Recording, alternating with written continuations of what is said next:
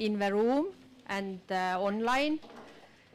It's really pleasure to open our lecture given by Professor James Spillane'i, who is really famous actually among Estonian educational leadership students and educational leaders, because of distributed leadership is a really important topic for us. And this is one approach we believe in, very successful and effective to lead schools. Today's lecture is broadcasted and also recorded, so later on you can also use it as learning material, for example, discussing the topics with your colleagues. But as I said, that Professor Jim Spillane'i is really popular and also very prominent researcher on a field of educational leadership. And by the way, students of educational leadership actually Googled your Google Scholar profile and we were really impressed the work you have done. But in addition, you are also nominated member of American Academy of Art and Science, which is also a very prominent organization, and also a member of National Academy of Education. But this is about titles, but let's Jim himself will talk about his work.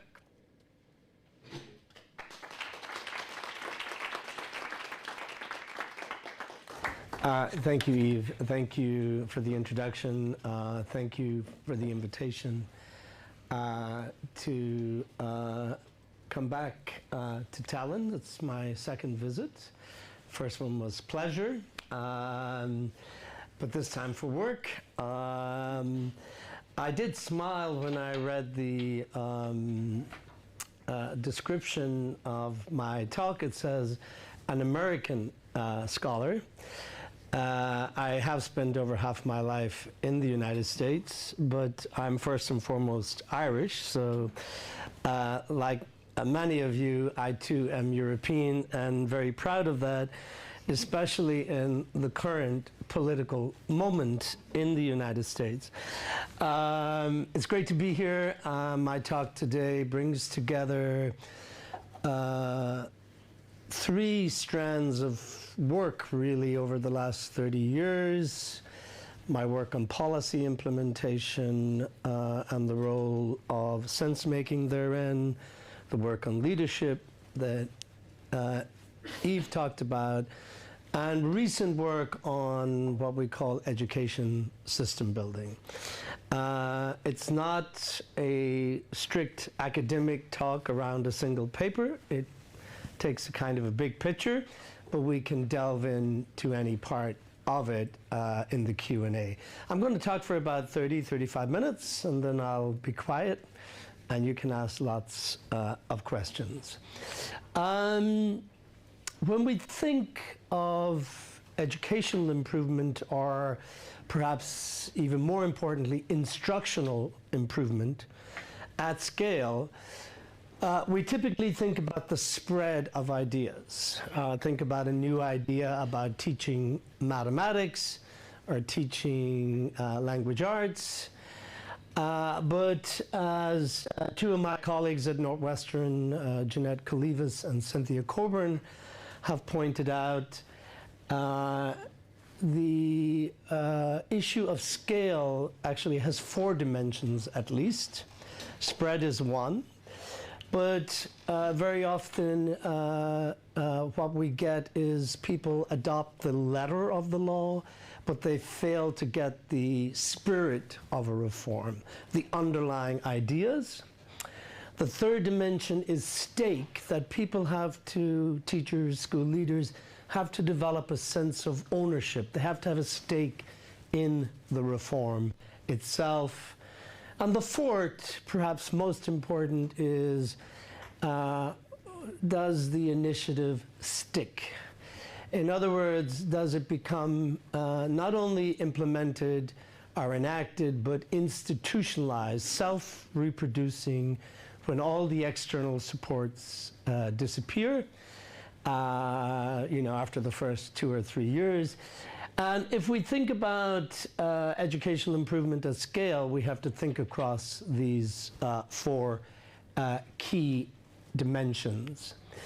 What I want to argue with you today is that going to scale along these 4 dimensions is fundamentally about professional learning, the learning of teachers. And typically when we think about professional learning, we think about adding more and more teachers. Sometimes we might even think about adding school leaders, principals, assistant principals. We might even think of professional learning for system leaders, like people from the ministry or support agencies. And this kind of aggregation model, touching more and more people with professional development, has a lot of appeal. We like to, as agencies, be able to show the number of teachers, the number of school leaders, the number of system leaders we reached.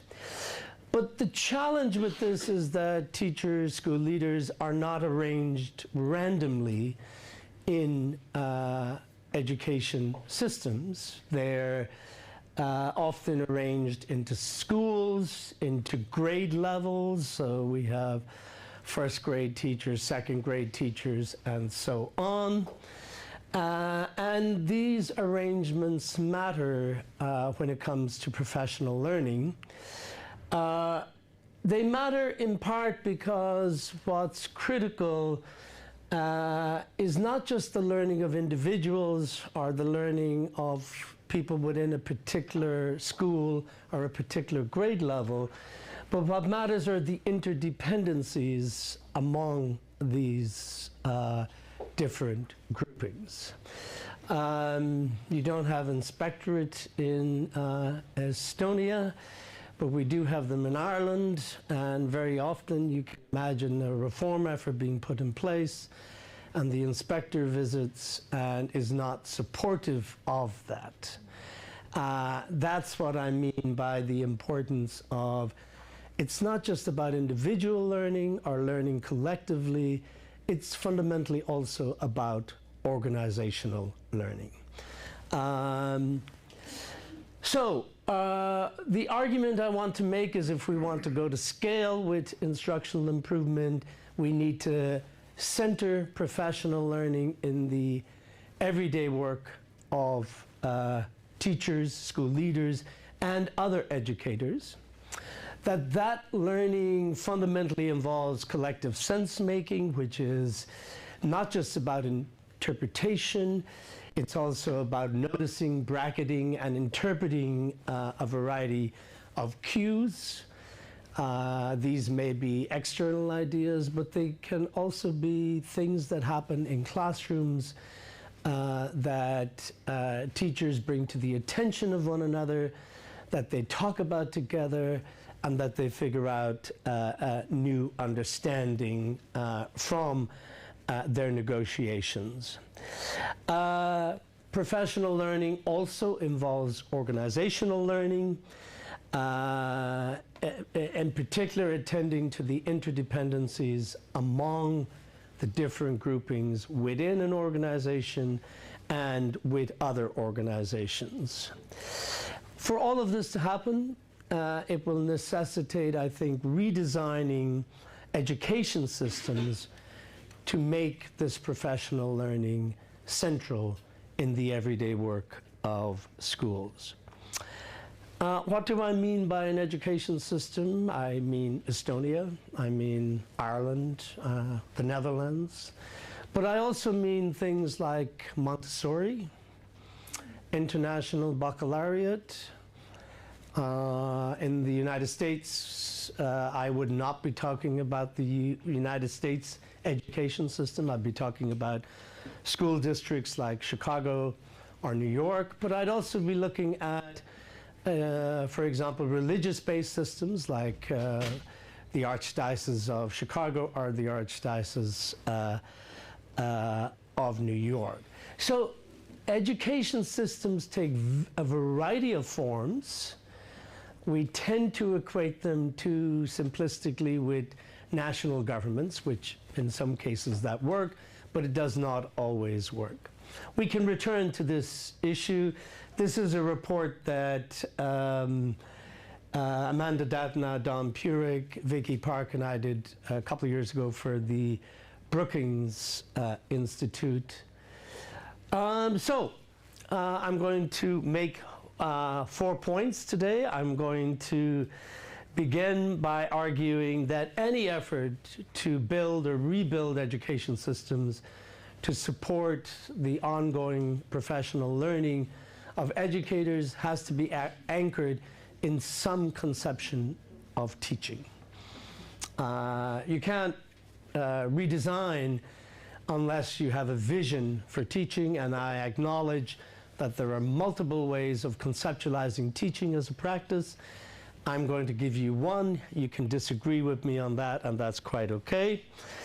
I'm going to secondly argue that by using a communities of practice perspective here, I'm drawing on the work of Etienne Winger and Jean Lave, to frame how we think about studying, organizing schools for ongoing professional learning.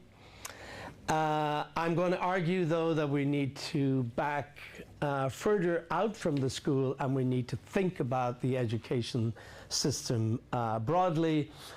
And I'm going to finish by saying that this work might sound simple. It's not. It's difficult work, and in particular, I want to introduce the notion of dilemmas. Thank you for the exercise. It helped tremendously. The role of dilemma and dilemma management. And in part, I want to use that to push back on the simplistic notions that have tended to dominate, that basically, if we crunch the numbers, everything has a simple answer based on what the numbers tell us. A lot of the challenges we face are not simple problems. They're wicked problems, as Larry Cuban has called them, and we need to embrace that in the work of system building. So let's begin with teaching. And I like to think about teaching as a social and situated practice. Teaching is something, or instruction, if you prefer, is something that teachers co-produce with students around and with particular material. The teacher is clearly critical in this, but students, by virtue of the ideas they bring to the situation, also fundamentally shape classroom practice. You all know this if you've ever been a teacher. It's really important, and it's a very different model than the model where it's all about the teacher, where the teacher goes in, has her or his strategies, presents, and that's it. Now, the materials also matter, not only the curriculum and the texts and the activities, but also the school subject, which we will return to a little later. If we think about teaching in this way, we can think about the different resources that are essential for supporting teaching, the materials, the human resources, such as the teacher's knowledge, content knowledge, pedagogical content knowledge, and so on. We can also think about the social resources. In other words, the trust between the teacher and students. And importantly, we can think about the cultural resources. The cultural resources that students bring to the classroom, but also of the community, etc. that can be critical for supporting teaching. You can all more than likely do the multiplication very easily, but how many of you could tell me what went wrong in these answers? You don't have to answer, it's okay. This is a measure. It's from the work of Heather Hill at Harvard and Deborah Ball at the University of Michigan. These are measures of teachers' knowledge of math in teaching. Good teachers, good math teachers, are very fast at identifying what went wrong here.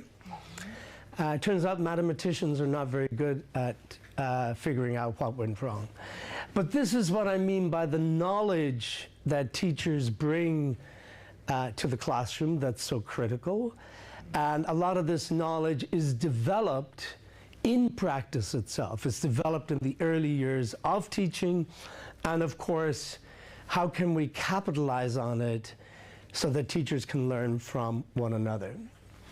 The second thing I want to draw attention to is the cultural resources. There's been a lot of work by various scholars, Naila Sadnazir and others, about how children bring knowledge of, for example, mathematics, from playing dominoes, etc., to the classroom, but that this knowledge often goes unrecognized by teachers. Yet, it's a critical resource for teaching. This is through no fault of the teachers, but it's an untapped resource. In other words, the resource is available, but it's never activated because teachers don't recognize it. I'm not going to go into it, but there's a lot of recent work on how the classroom itself is a powerful site for ongoing professional learning. There's work on educative curricular materials and work also on teacher noticing. But let us move beyond the classroom. Let us backward map to the schoolhouse and professional learning therein. And one way in which we can think about the school is we can think about it as made up of different communities of practice. We can think about teachers and students in various classrooms as a community of practice. We can think about coaches and our teacher leaders maybe within a school as a community of practice. We can think about principals and assistant principals as a community of practice. We can also think about system leaders, but we will return to those in a moment. And what is critical here are what Levin Winger call boundary practices. These spaces where these different communities of practice interact with one another. These are powerful sites for ongoing professional learning that I would argue that we can design for when we think about education systems. I'm going to draw, when it comes to these spaces, let me go back here. When it comes to these spaces, several things are important. Boundary spanners, the people who connect to our more communities of practice. Boundary objects, the artifacts around which people negotiate meaning and understanding in these areas. So let us, a few examples. This is from older work. Carmen, a 5th grade teacher, this is from a study we did in Nebraska years ago. Well, not that long ago, 10 years ago. Here is a 5th grade teacher talking about they're helping me think through, is this an appropriate response for a 5th grader?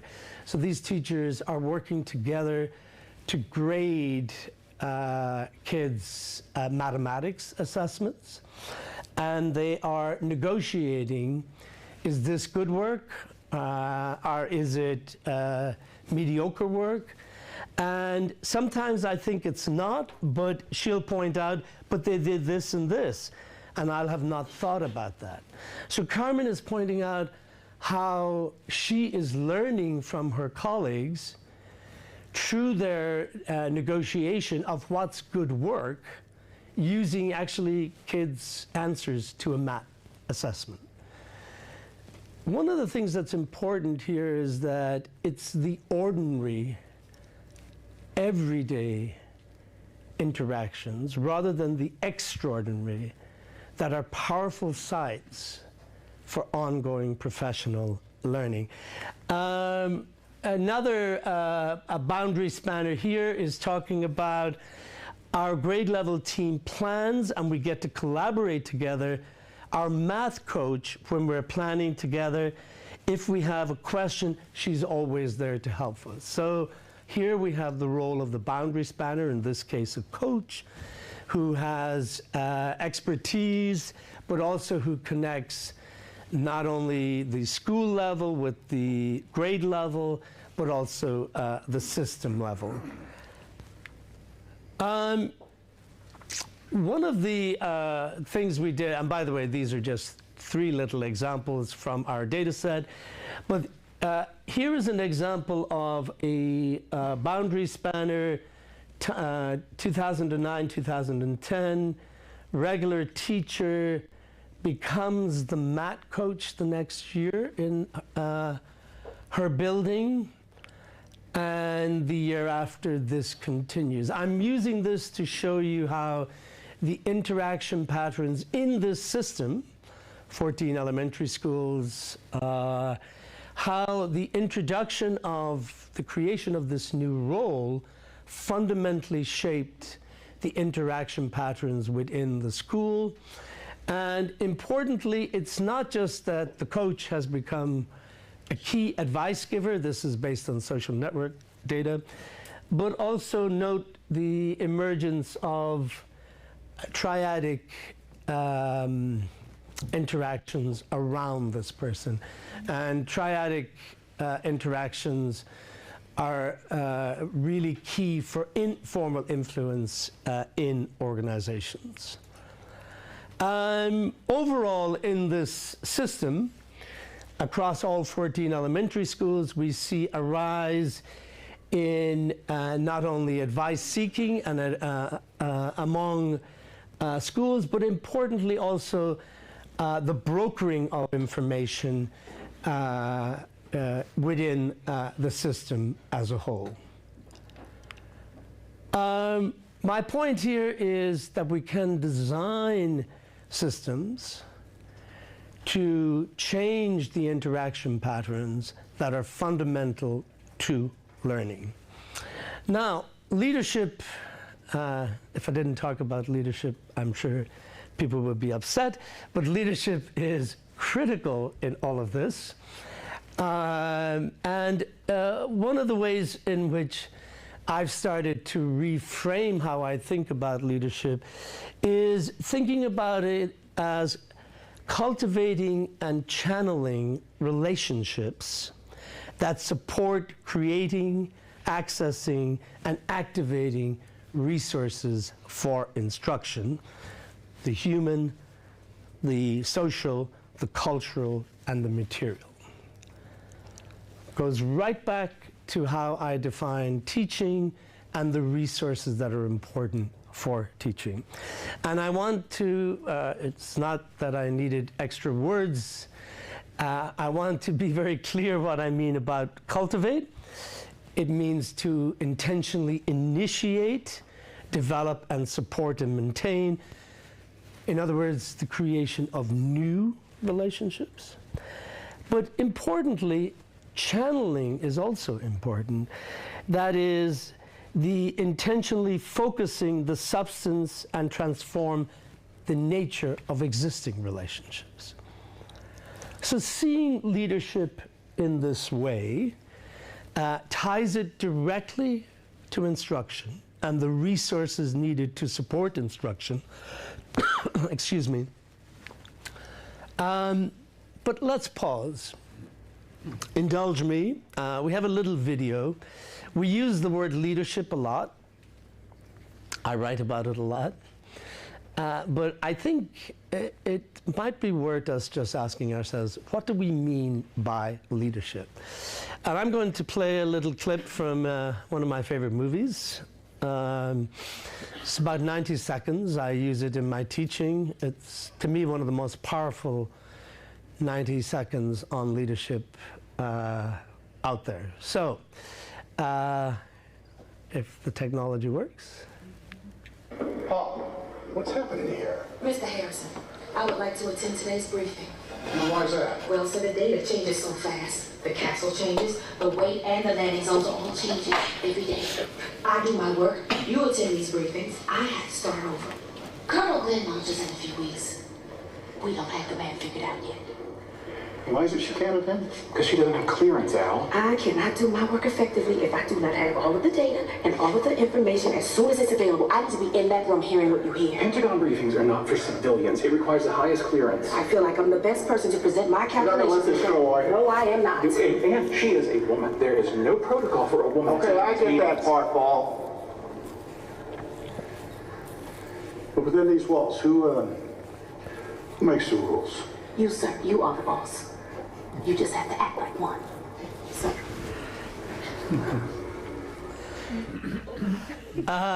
If we had a lot of time, I'd allow you to discuss. There's a lot here. But importantly, what's important here is that, as anybody who has read about distributed leadership, what's important is not simply that leadership is exercised by the person at the top, although he is clearly important, that leadership is fundamentally a matter of interactions. Here we have this woman who very clearly exercises influence. If scholars of leadership can agree on anything, they can agree on the fact that leadership is a social influence relationship, and that the situation fundamentally defines or constitutes leadership. This movie was took place, was set in the US at a time when there were major issues around race and gender. So I take a distributed perspective to leadership in my work, which basically means that leadership is about practice. It's about the practice around social influence relationships. It takes place in the interactions among people in an organization, teachers, school leaders, students, and fundamentally as aspects of the situation shape those interactions. I think about it in terms of activity systems, and I draw your attention to Ed Hutchins' brilliant paper, How a Cockpit Remembers Its Speed, which was the inspiration for me, where basically he did an ethnography of planes coming into land and argued that the unit of analysis was not inside the head of the pilot or co-pilot, but was the cockpit, the pilot in interaction with the co-pilot, as those interactions were fundamentally shaped by the instruments in the cockpit. We can talk more about that if you're interested, but leadership is critical. School leadership is critical in thinking about how do we build, support professional learning in schools for all educators. And in our work, again, drawing from the same study, here we have a principal, Georgia, talking about how she sees her role and how that role has evolved with time, noticing that at the beginning she was much more hands-on, leading the discussion, but as teams, grade level teams built capacity, she began to withdraw and let them take responsibility themselves. I'm going to skip this. I want to go to the system level. What happens inside schools, as you all know, is fundamentally shaped by things beyond the school walls. Those things could be the expectations of the local community, our parents, but importantly also directives from the ministry, prescribed curricula in some countries.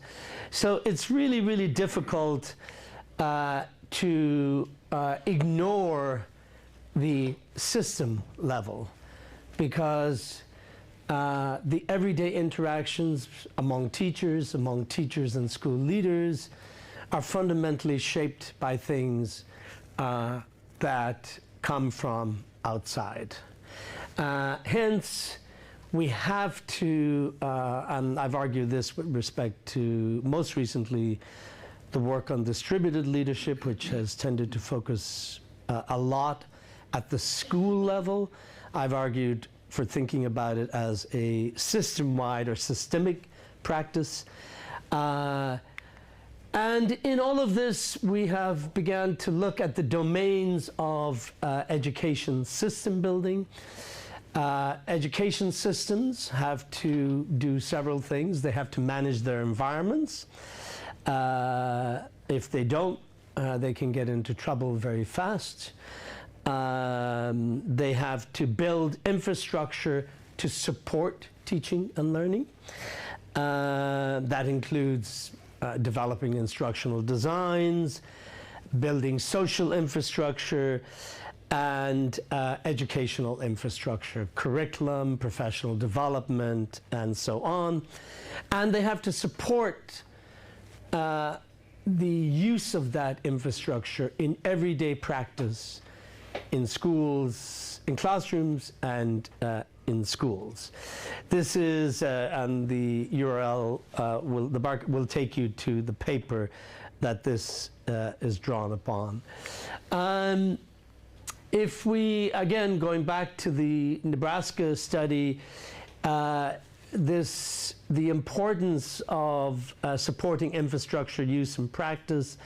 Here we have an example of a first grade teacher saying, we had the benefit of having a colleague who was on the system level math leadership committee, and she would come back and share stuff with us.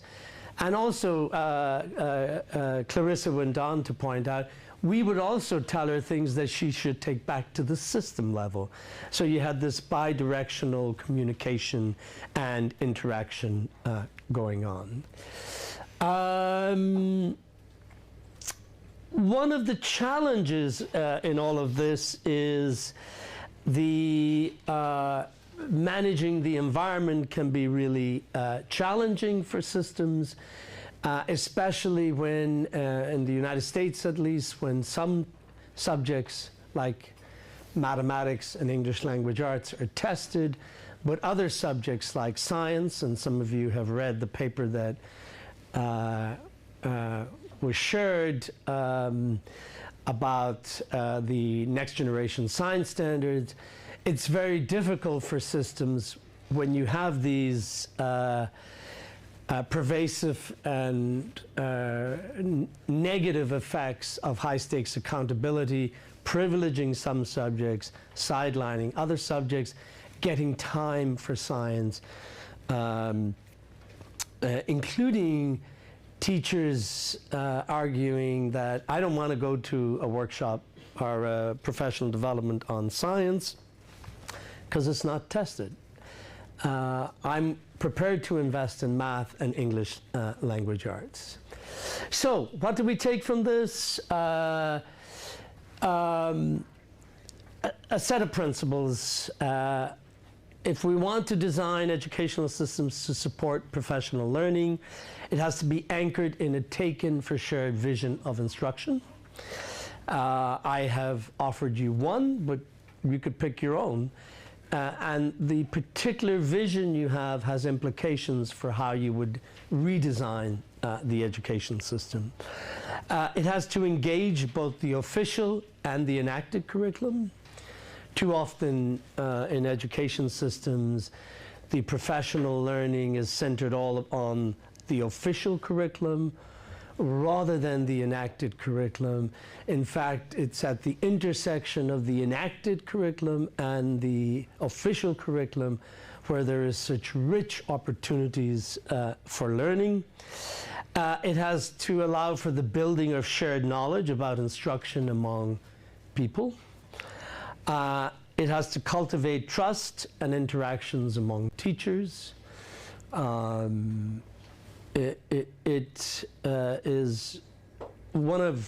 Something is wrong in a system. This is true in many systems in the US, it's certainly true in Ireland, is that there is very limited time for teachers to work together on teaching outside their regular interaction time with students. If you think about it, here is the primary institution in a society to promote teaching and learning, yet we curtail the opportunities for the professionals themselves to engage in ongoing professional learning. It has to enable experimentation and innovation. It has to enable ongoing evaluation and improvement. I know evaluation is a naughty word, but we all have to learn from efforts to reflect on our own practice, and supports educational infrastructure use in practice.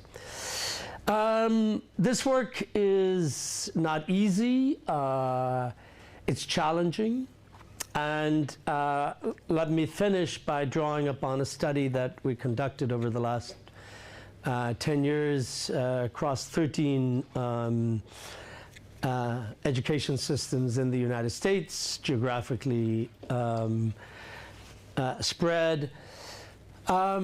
We studied an outlier case. We studied elementary school science. You can learn a lot from outlier cases. And the lessons that we can talk about more from this is that education system building is not easy work, and it involves not only straightforward problem solving, but it involves engaging with these very wicked problems. Somebody used it earlier, but it requires attention to dilemmas. And dilemmas, by definition, cannot be solved. They have to be managed. Typically, a dilemma involves two or more roughly equally held values, and you can't afford to put one away and just say, we'll go with this one. Too often, I think, over the last 20 or 30 years, and some people blame international organizations for this, I won't do that, we have got into this hyper technical notion that everything's a problem. If we crunch the numbers, we can come up with the right solution. Sometimes that's possible. But I think we also have to recognize that a lot of the work that a lot of the work of system building involves dilemma management, and we have to help school leaders, system leaders, understand when they're facing a dilemma rather than an ordinary problem. And we have to help them understand that there is no simple solution, and that often you just have to cope with the dilemma rather than pick one answer rather than the other. And we encounter this extensively in the area of elementary science. Certainly the dilemmas, and this goes back to the beginning where I talked about the material, the work of education system building is subject specific. Yes, there are things that hold across school subjects, but the dilemmas of education system building differ whether you're talking about mathematics or science or English language arts.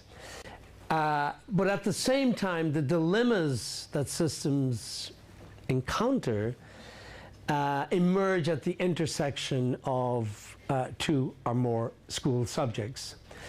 And the dilemmas are not simply a function of the preferences or choices of individual educators. They are fundamentally structural. They're embedded over time in the organization, in the structures of a school and education system, and the efforts, past efforts of system leaders to address pressure from the environment that they now have to somehow manage. It's not simply a matter of preferences. So, in conclusion, in summary,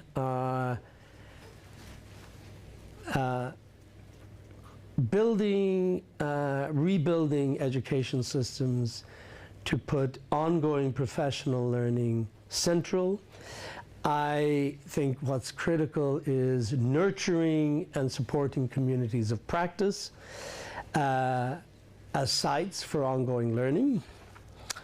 They're not just going to happen naturally or organically, or if they will, they'll happen in a handful of schools or a handful of grade levels. We need to create and maintain boundary practices among these different communities of practice. We need to design and support the use of boundary objects that anchor and enable interactions about teaching and learning.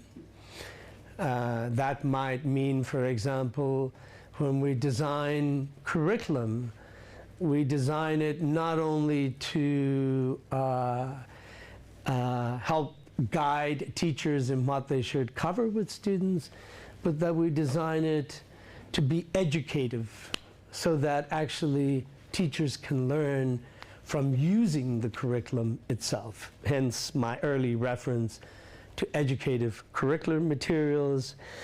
And we need to think carefully about developing and mobilizing boundary spanners to support educational infrastructure use in practice. In other words, the individuals that broker across different communities of practice in schools and education systems more broadly.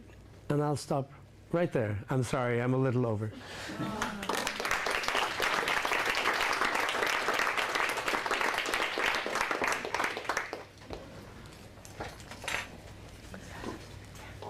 If there are any questions, raise your hand and I will hand over the microphone. As we are broadcasting, then the questions need to be asked into the microphone.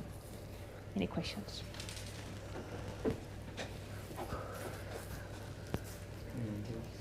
Everything was very clear. Wow. Don't be shy.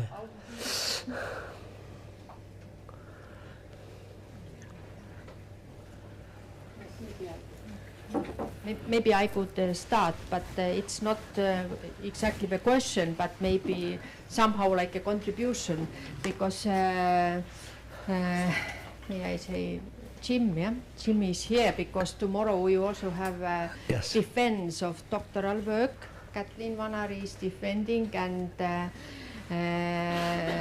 her research was about actually system level changes, and also how, for example, school improvement planning, curriculum development, and school self-evaluation could also cause dilemmas, for example, or tensions, and thanks for her work, we at least know some dilemmas our schools experience or face. And I guess that, as you mentioned, also those knowledge brokers, or who actually cross the borders between the systems. I guess that here we are in this room, who are those knowledge brokers and who can make bridges between different systems. But also within the organization, as you mentioned. So this is definitely part of our programs, at least in Tallinn, and I guess also in Netherlands, that how we encourage ourselves and our students to take initiative and lead learning processes. So this is something I definitely value in your presentation, but I still started to think about managing dilemmas. It's so hard. Could you give some examples how, for example, us as sort of knowledge brokers could manage those dilemmas? Yeah, it's a good question. The issue here is, I think we all like certainty, and when we face situations of uncertainty, our automatic response is to pull back from it. We don't want that. We need to make it more certain again. But we also all know that the reality of life is that uncertainty is everywhere. For school leaders, I'm thinking of the science paper, there is the issue of time and attention. I can't remember who had attention this morning. There was an issue. But so across these 13 systems that we studied, the science leaders, which were typically 1 or 2 people, whereas for English language arts or mathematics you would have 20, they would say getting science on the radar was a huge challenge they faced. They'd have to argue every year that we need to make time for science. The dilemma, of course, was that English language arts had its time, math had its time. Teachers would say, I'm going to go to a math or English language arts because that's what I'm assessed on. They'd go to schools and principals would say, hang on a second, you want me to have a workshop on science and we have assessments just around the corner on English language arts and math? So they faced these constant dilemmas that they just had to try and manage across time. I mean, how do you say to a principal when they're being held accountable by the system for their students' performance in English language arts and math? How do you say to them, but you need to have your staff take an hour-long workshop on science? You're really having these values at place that's really, really difficult for these leaders. There's no solution here. I mean, what the ways in which these systems dealt with it, but it created new dilemmas, was integration. In other words, they integrated the teaching of science into mathematics and into English language arts in some systems. Other systems openly critiqued that approach because it meant that you weren't really getting real elementary science. You were reading a story that had something to do with photosynthesis. They would say that's not real science. Others took the opposite approach. In part, they had specialization, which meant that there were specialist teachers to teach elementary science. Therefore, it was guaranteed a certain amount of time each week. But within these systems, several people were openly critical of that, because they said it meant that the regular classroom teacher had felt no obligation to teach any science then, because there was a specialist coming in. So these kind of coping strategies, integration or specialization, they helped manage the problem, but they didn't solve it. They created a new set of problems, a new set of dilemmas.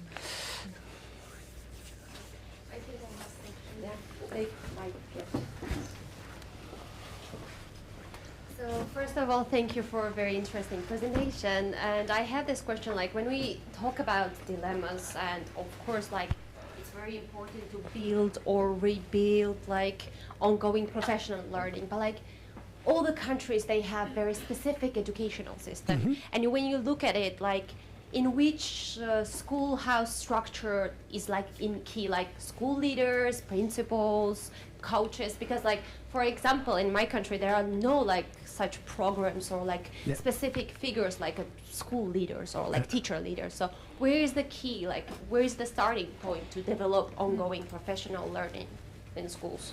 Yeah, it's a great question. Thank you. I think clearly leadership is important, but it doesn't have to be, I mean, most systems have school principals, but often they don't see their role as having anything to do really with supporting teaching. But I think if we think about leadership broadly, we can cultivate within schools a sense that leadership is the responsibility of everybody, and I do think leadership is important. I do think we need to think about the fact that rather than it being position-based, we need to think about the task at hand. We all know in schools there's always, whether we're talking about science or the arts or math, there's somebody who's really, really good at it, a teacher that everybody else looks up to. That's the way I would begin to think about it. Maybe more than one person. So leadership is critical in that it can support the sort of change that's necessary. I think the other thing is creating spaces and places for teachers, school leaders, and others to work together around teaching and learning. I think too often in schools, you know, you close your door, you do your thing, you leave at 3, you're back the next day at 9. But there's no sustained interaction around the core work itself. And I think that it's not good. And I think if we look at systems like, I'm thinking of lesson study, for example, systems that do invest in teachers working together on teaching, on improving teaching. So those are two things I said, the leadership component, the creation of spaces and places. Part of that for me is, that has been really important, is the role of organizational routines that can be real sites for ongoing professional learning. I know we think about routines typically as low-level kind of work, right? The routinization, but actually that's not quite right. I mean, so creating routines where teachers get to work together on improving teaching as a practice. Thank you. So we have read probably the same books because we also talk a lot about routines. Yeah. First of all, thank you. In your studies, just a few seconds ago, you mentioned integration and socialization. In the studies, were there certain management strategies found to be more sustainable over time?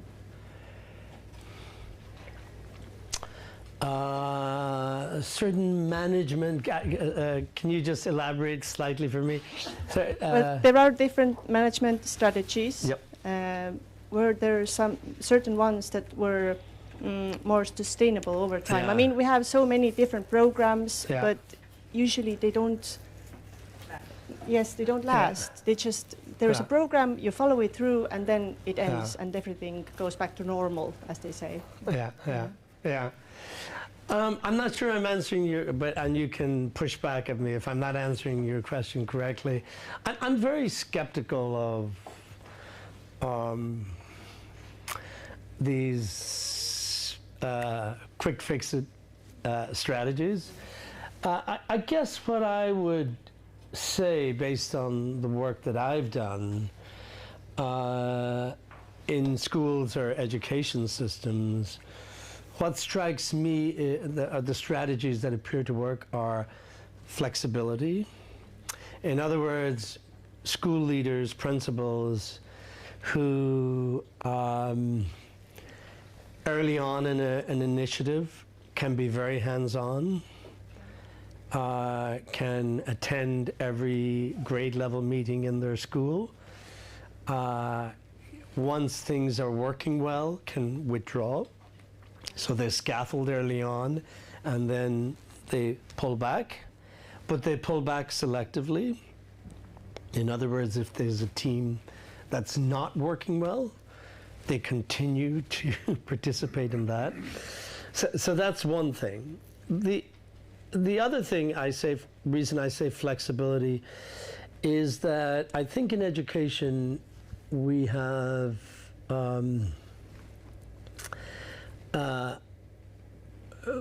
juxtaposed bureaucratic mechanisms against collegial mechanisms. And you read a lot of books and things that, oh, bureaucratic is bad, collegial is good. I don't think that's right. I mean, what I have observed in my work is that school leaders, more often than not, use a combination of bureaucratic and collegial approaches. And it depends on, and there's some interesting work on this, surprisingly done on the Catholic Church in France, which comes to a similar conclusion, because, you know, the Catholic Church is really hierarchical and bureaucratic. But these principles use bureaucratic mechanisms at times. At other times they use collegial mechanisms. But it depends on careful reflection on the situation they're in. And so overall, my response is flexibility and not adopting this either or approach to things. And I know the bureaucratic thing can be problematic. So.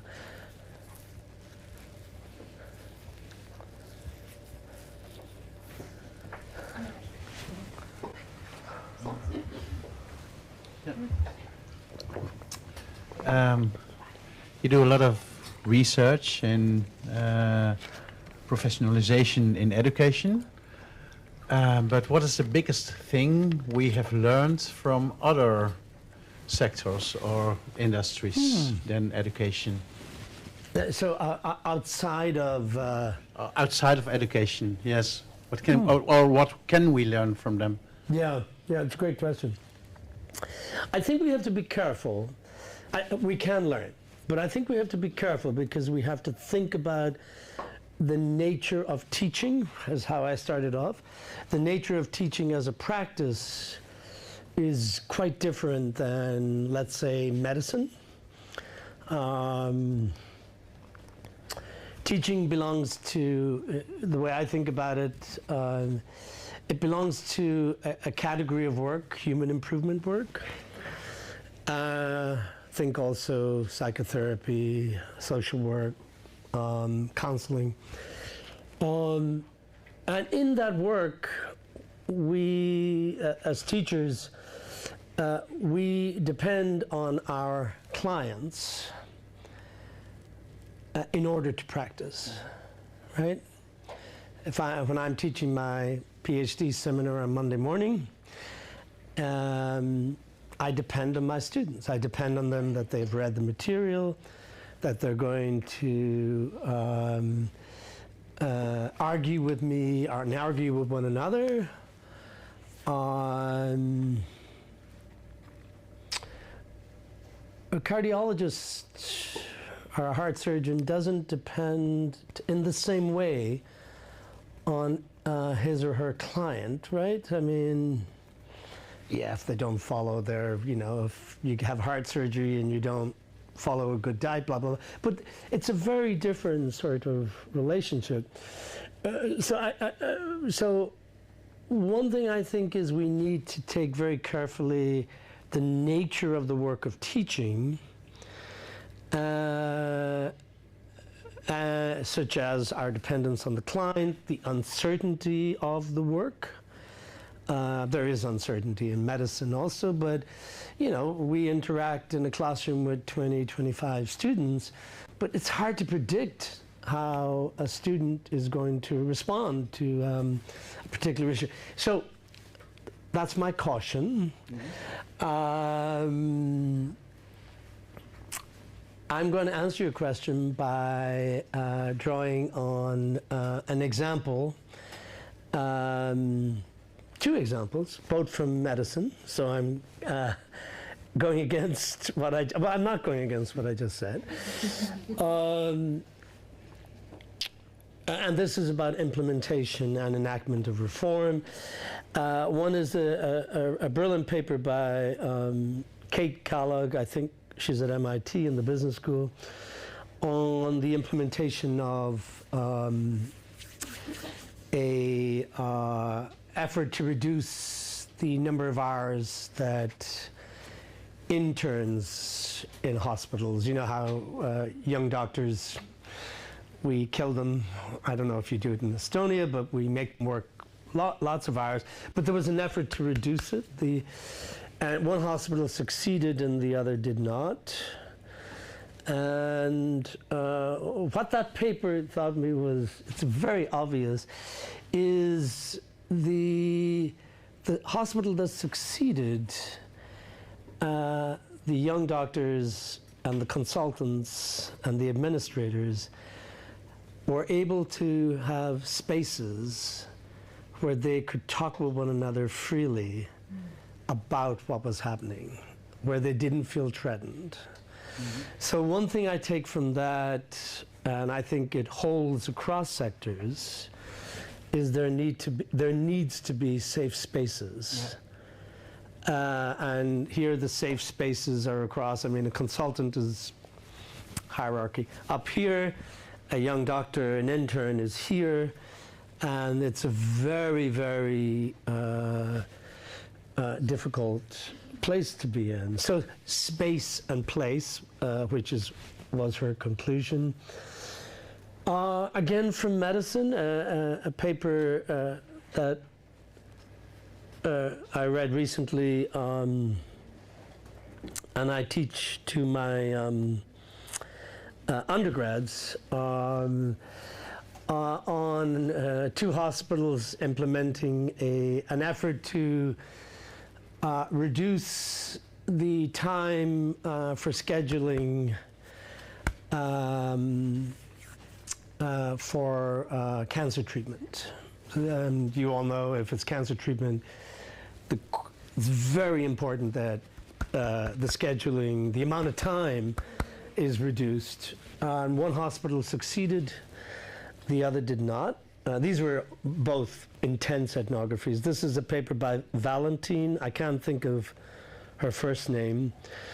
And what this paper finds is that the only difference between the implementation in both hospitals was that in one, where it succeeded, where they did reduce the amount of time, was that the team that was responsible for rolling out the reform talked openly to all the various communities of practice involved.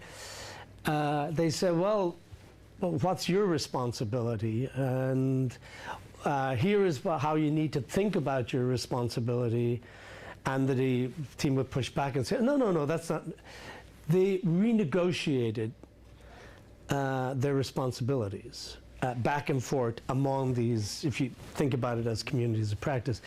And what Valentine does here, by the way, is draw on Max Weber's work and theorizes it through the notion that the formal authority comes with formal responsibility. There's very little room for renegotiating formal authority. It's usually legal. There's a lot of room for negotiating formal responsibility. And when you do, you can enable change because people begin to understand, okay, you're going to have these responsibilities. You're prepared to take this on. We then can do this.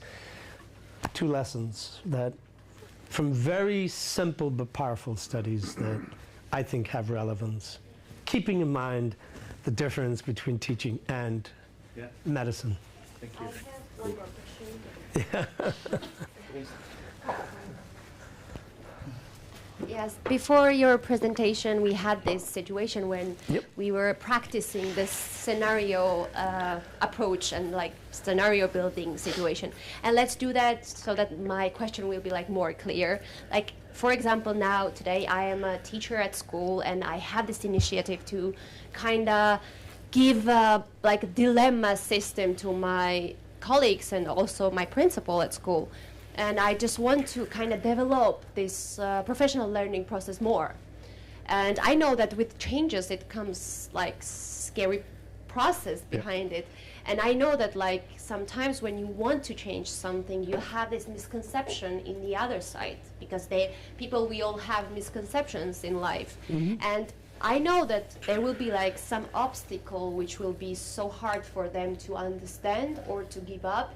So I wanted to ask you, like, how do you think, like, which obstacles are more fragile in this situation? Like, what challenges can I face in this, like, developing this dilemma type of approach? It's a great question.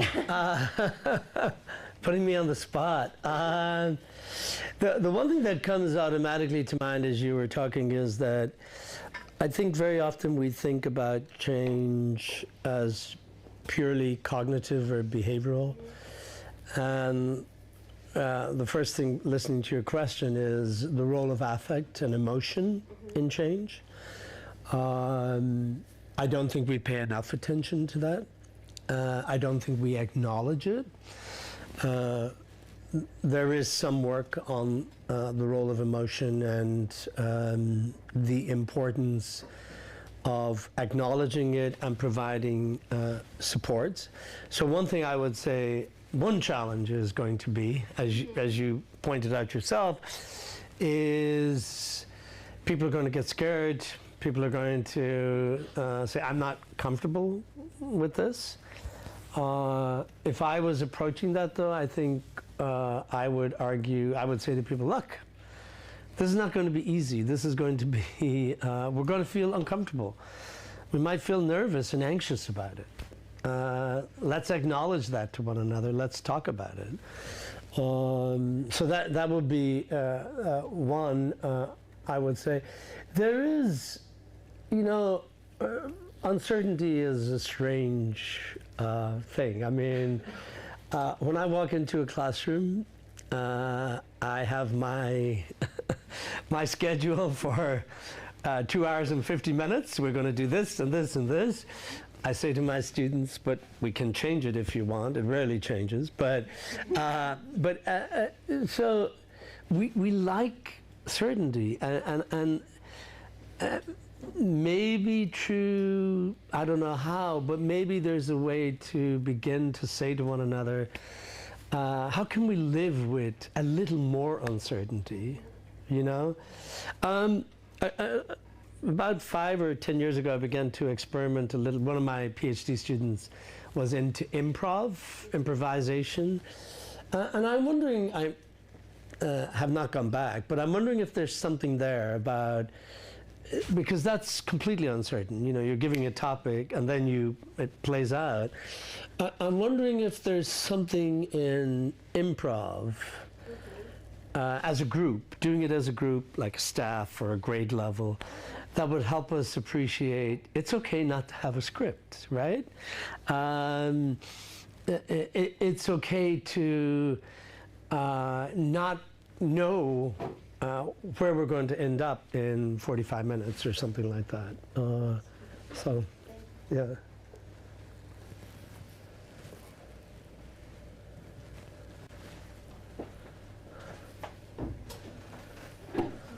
Now I have real question. But this is related to discussions we have had during 2 days that the Estonian system is, educational system is rather decentralized. Yeah. And I am asking that what do you think dilemmas in our system or in more centralized system are like less or more, how to say, difficult to solve, or what do you think? In Estonian system, where we have quite decentralized like processes, or in centralized system. So basically, yeah, you know, I don't know. I mean, experience how to say, more like less like dilemmas or dilemmas to survive better or to live better. I think easier. I think there are dilemmas in all systems, regardless whether they're centralized or decentralized or some combination. But I don't know whether they're easier to manage in a decentralized or centralized system. It's a great question. I don't have an answer. I mean, one way you might, it's a great, somebody's dissertation, waiting for a dissertation. One way to think about it, though, as you were asking the question, Eve, is potentially in a centralized system, I'm trying to think about Ireland, schools may learn more easily from one another because they're networked in some way, although then again I'm not so sure. I guess the way I would think about it is managing dilemmas we can learn from others. Having examples of, but in Estonia, I'm sure schools are networked with one another. They interact with one another, so that you don't need a centralized system to do that. Yes, and the initiatives probably comes from bottom up. Yeah. So there's no easy. I don't have an answer to the. Yeah, but a good question. Topic for research. Yes. Thank you for your presentation. I had a question about those boundary practices. I found it very fascinating. maybe the boundary.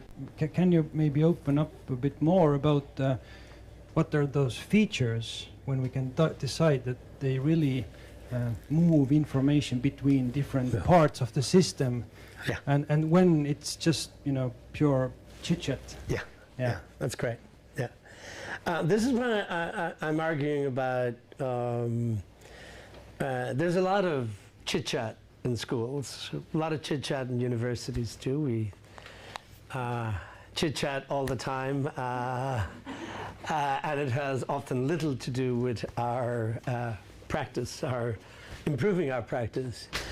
But in the Nebraska study, and there are several papers published on this, what is important is that the system had introduced a new mathematics curriculum, investigations math, which really was adopted as a curriculum to create a balance between children learning not only procedural knowledge of math, but also principle knowledge of math. So the idea is that starting in first class, kids not only learned about procedures, but they also learned the underlying concepts and stuff like that. But the system was very intentional about it in that they created this routine. They already had a regular grade level meeting, but they created a new routine called professional learning communities, where teachers in a particular grade would meet weekly for half an hour to focus on instruction. And there was direct, 1 week had to be about English language arts, the following week had to be about math, 1 week had to be about students. So the fourth week in a month, it was open to them.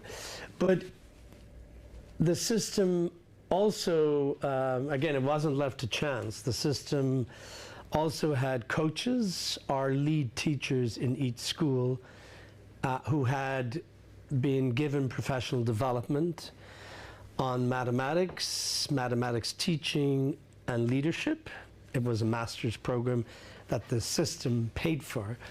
And there was one in, the coaches were full-time coaches or half-time coaches. The math teacher leaders were regular teachers, but they'd gone through this program.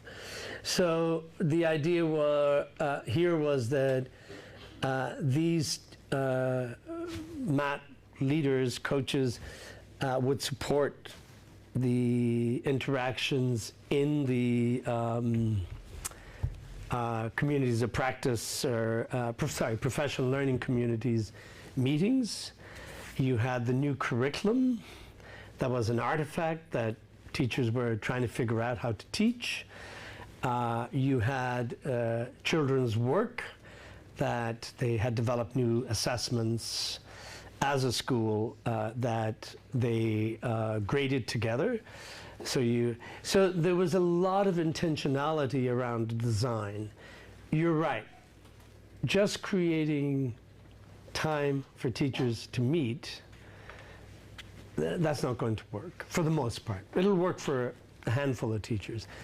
You need to really design the space and the place in a way to focus it on instruction. Also importantly, the principals, school principals in these schools worked closely to ensure that their professional learning communities were working. In other words, that teachers were meeting, they were talking about what they were supposed to be talking about. It wasn't chit-chat. So all of these things came together. And that's why I talk about it was a set of design principles that were critical to put in place. Yeah. We can't just, creating time is not necessarily going to work. It has to be designed in a way that it's going to achieve the goal that you want. And the principals in these schools would tell you that there were some grade level teams that were not working well. And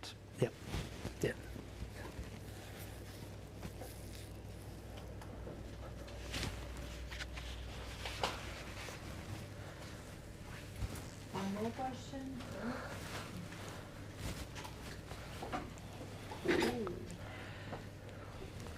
Thank you very much for fascinating presentation, and as I just said to colleagues that probably we have read some same books, because we really found some similar concepts and ideas you also introduced, and we really hope that our sort of collaboration will continue. So, and also for students, please use this recording later on, sharing and discussing the topics just Jim Spillane'i introduced, and moreover, chit-chat. Thank you. Thank you. Thank you. Thank you.